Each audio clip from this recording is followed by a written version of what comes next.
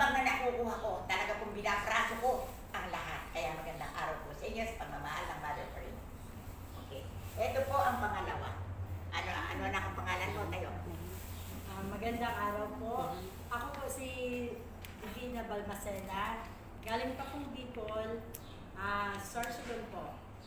Nagpunta po ako dito, sumama ako sa asawa ko kay Pasiano na nagpagamot po. Nagpagamot na rin po ako sa kanya kay Mother pa rin. Sa pamamagitan ng Panginoon Diyos, wala po kay Mother pa rin. Naginamot niya po ang aking karamdaman. Ito nga po nung naramdaman ko nito, matagal na po. Yung makita ko po sa YouTube na may asawa, sige po kaming pumunta dito sa Maynila sa Bulacan. Hinanap po namin talaga ang bahay ni Mother Prince, Mother pa rin, para magpagamot kami. Dahil po, lagi na lang ang karamdaman ko nandito pa rin sa katawan ko. Nagpa-check up na rin po ako, pero ito pa rin. Nandiyan pa rin po, nararamdaman ko pa rin. Pumunta po kami dito, ito na nga po, nakuha.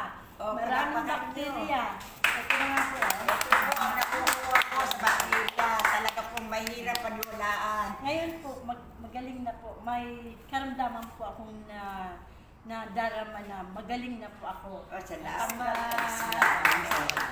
Ulitin ko po sa inyo, tingnan nyo nga po, bakit nga po kayo hindi mapeperhisyo?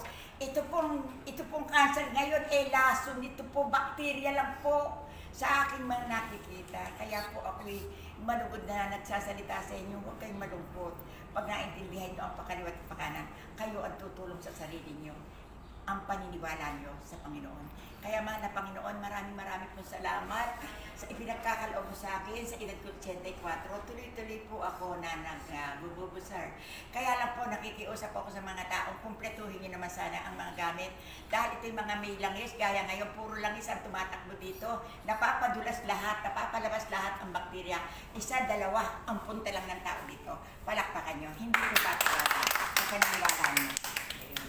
Ito naman po ang pangatlo na aking ginamot. Taga saan ka ate tayo? Huwag mo munang galing. Taga saan ka ate? Ako po si Erling Damalasan. Marami sa audience. Taga Quezon City. Pangalawang punta ko na ngayon kay Mother Paring. At yung unang punta ko dito, napakasungit ni Mother. Pero ngayong punta ko dito ngayon, hindi na. Maganda na yung ni Mother sa akin. Kaya, nagpapasalamat ako sa Diyos na sana tuloy-tuloyan na po yung aking paggaling. Hindi ko makakalimutan si Mother. Uy, sarap naman. Kahiyan ng mga tao. Mahirap yung pinabanag ang lahat na ito. Tataas ko po yung ate yung, alam niyo po, nakuha niyang pangalawa ulit. Po lahat, ayan po. Sa totoo lang po, napakahirap po ng aking ginagawa. Kaya ako po minsan, hindi na po ako natatawa, napakasulit ko po. Kasi po nagugutom ako, hindi naman ako makakain. Puro po kasi bakterya. Kaya po kung sakali, ipinaragala ko po sa inyo sa araw na ito ang laman ng bakterya na loob ng katawan ng tao. Hindi po ako nandiri, pinalastik ko po para makita at maliwanagan ng tao. Ano na ngayon ang lagay mo ate? Maginhawa na rin po ako ngayon, Mother. Sana sa pangatlong balik ko, tuloy-tuloyan na akong gumaling. Okay. Gano'ng katagal na yung karamdaman mo yan ate? 2 years na po. Oo, palakpakan nyo 2 years. Ano sa'yo mapagmahal? Okay? Thank you po. Okay. Ito pa po yung aking mabisang anak-anakan dito lang nawawala. Ako si Nelly Ager, taga-Kalumpit, Bulacan. Nabalitaan po namin ay itong St. Joseph Chapel sa pamamagitan po ni Mother Paring. Ang nanay ko po ay binubuhat po namin nung dalhin dito. Ngayon po 88 years old na siya. Sa tulong po ng Diyos at ni Mother Paring, napagaling po yung nanay ko.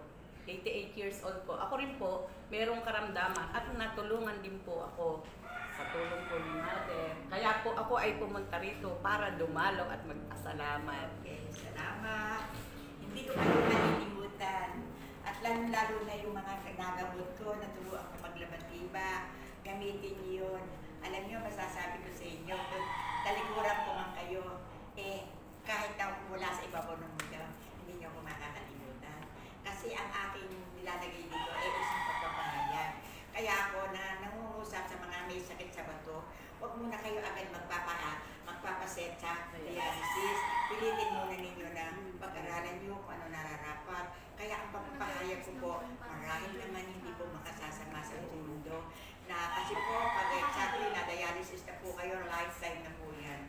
Ako po ang nagsasabi sa inyo na kapag po kayo na dialysis na, tuloy-tuloy na po yan hanggang sa katapusan ng buhay. Ang akin po lamang ay isang pagmamalasakit.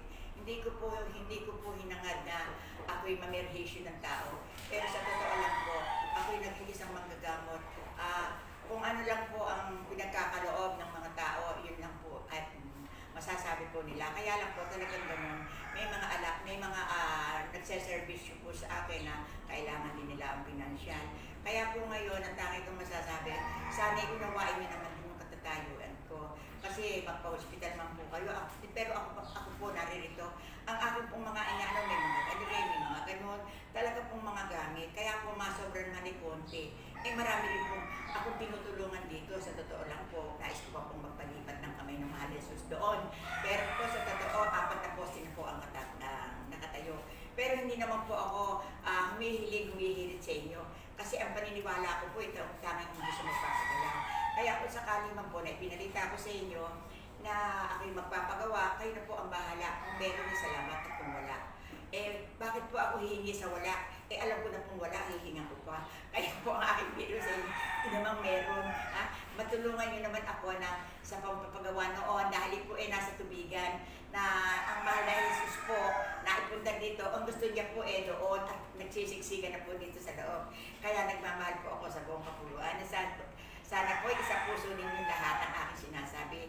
At kung nanamnamin niyo po ang sinasabi ko, ito pong aking ginagawa isang pagmamalasakit lamang sa kapwa Pilipino at sa another nation na sa paniniwala po. Kaya po ang kinakandidato ko sa inyo, kahit kayo nasa malayo, huwag po kayo mag-atubili, uminom po kayo ng langis.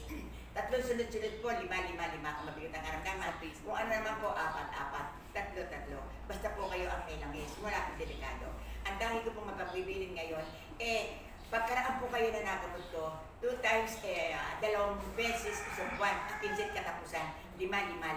Para po lahat nito nalalangsan ang lahat po natin. Kasi ito pala ang katawan, para po pala itong makina senior. Pag po nawawala ang langis sa tuhod, kumakalo. Pag po natutuyo dyan sa utak, umaano rin po, nagmamalikaskas. Ganun din po sa lalaunan. Kaya po maraming salamat sa pagmamahal ninyo sa St. Joseph Chapel. Lalo na po yung lahat na Madalaw po. Hindi, yung nag-aano. Sumusubaybay. Sumusubaybay. Tinatawagan po kayo, huwag kayong magsawa. Kapag kayo ay naniwala, meron tama. Pero pag kayo ay hindi naniwala, walang tama.